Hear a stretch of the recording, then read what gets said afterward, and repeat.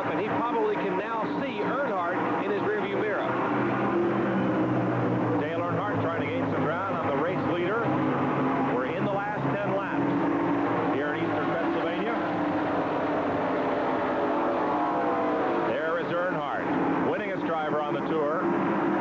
He was Rookie of the Year in 1979, followed it up with the Winston Cup Championship in 1980. Since then, he's been trying to win another one. He and Carmen or Richard Childress right now have the hot hand. In every race this season, they have been a contender.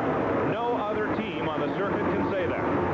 And Harold Kinder holds up the full hand. 5 laps to go. Trouble in turn 1. That's Buddy Arrington's car from Martinsville, Virginia, that pirouettes to a stop down in turn 1.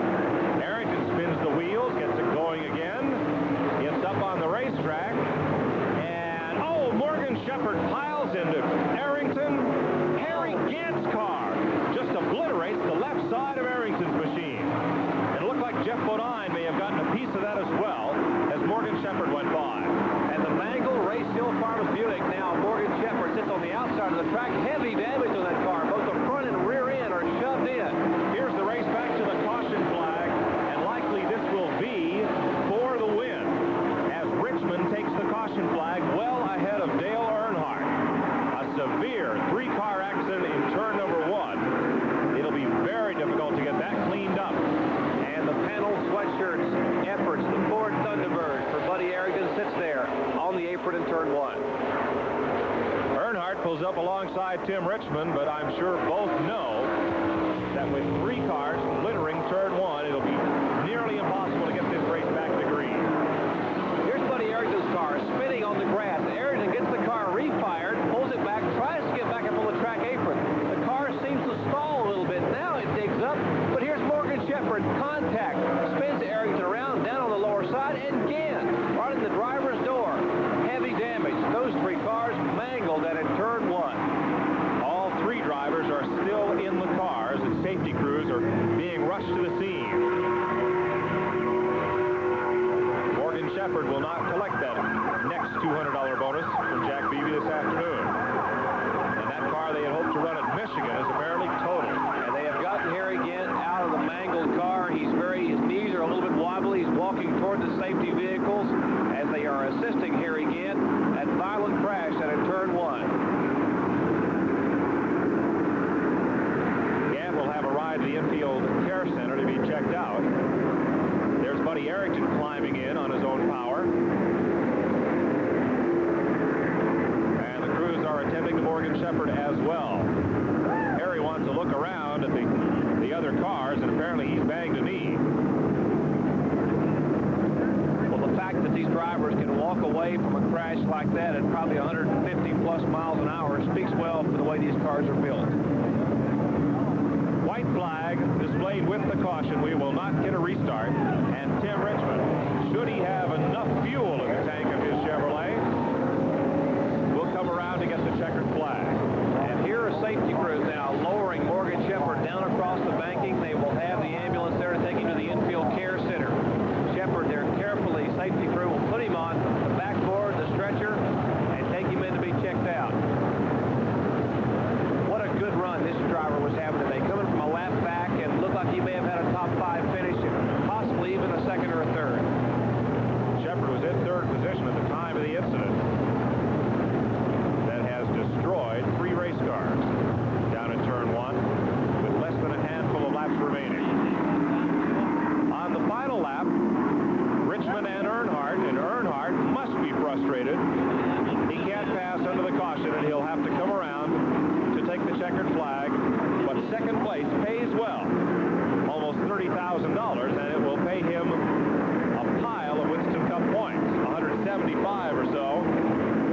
So it will be a good day for Dale Earnhardt. A better day for Tim Richmond. And Harold Kinder unfurls the checkered flag for Tim Richmond, and they're awfully happy in the Folgers pit. Doug Rickard of the Neil Bonnet crew congratulating Cheech Gardy, former bona fide racer and now one of the tire changers on Richmond's car. As this race has concluded under the caution flag. Well, Tim Richmond, who turned 31 years of age yesterday, had a birthday and they had a big cake for him. Richmond is just one. won the 5th race of his 7-year Winston Cup stock car career. It's his 2nd victory here at Pocono. As Morgan Shepherd, Harry Gant, and Buddy Arrington are taken to the infield care center to be checked over following that grinding crash down in turn number 1. Richmond, Harry Hyde, and their team are already assembled in victory lane, and somewhere in there is Dick Berggren. It's been a long time. It has been a long time. Yeah, where are we at? Okay. Right over here. Timmy Richmond obviously elated to be here on victory lane for the 2nd time at Pocono. Yeah, it's great. Anywhere in victory lane is great, but, you know, it's been such a long time for me. Those last 20 laps I was sweating. Well, I'm not sweating so much right now, but I was sweating bad in there. Timmy, how about the fuel situation? Your crew was concerned about it. Were you aware of the fuel situation? Well, we had actually lost all the radios in the car. I mean, they were still in there. Nobody took them or anything, but I couldn't talk to them. I didn't know what the situation was, and I would keep asking questions like, do I need to conserve fuel and hold up the sign if I do? Because the mic was live. It wouldn't cut off so they could talk to me. So I kept asking him all these questions. I kept asking him if Earnhardt was the yellow car way back there, because I couldn't tell, and I was just making sure I'd conserve fuel and keep him back there in it. Did you know the fuel was close? Well, I figured it was, but, you know, Harry's the one that tells me all that, so and I just drive the car. You came on in the 2nd half after the long rain delay, and you ran so strong. Were there any changes in either the way you drove the car or the way it was prepared?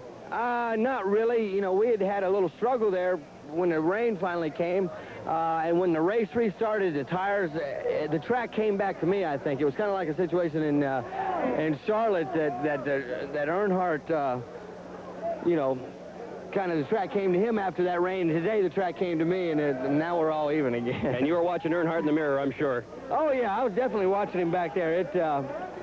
You know, it's nerve-wracking to be up front, especially like what happened to me last week when Darrell beat me. Caution came out again, and he beat me to the line for the last deal, and you know, I'm excited. Can you tell?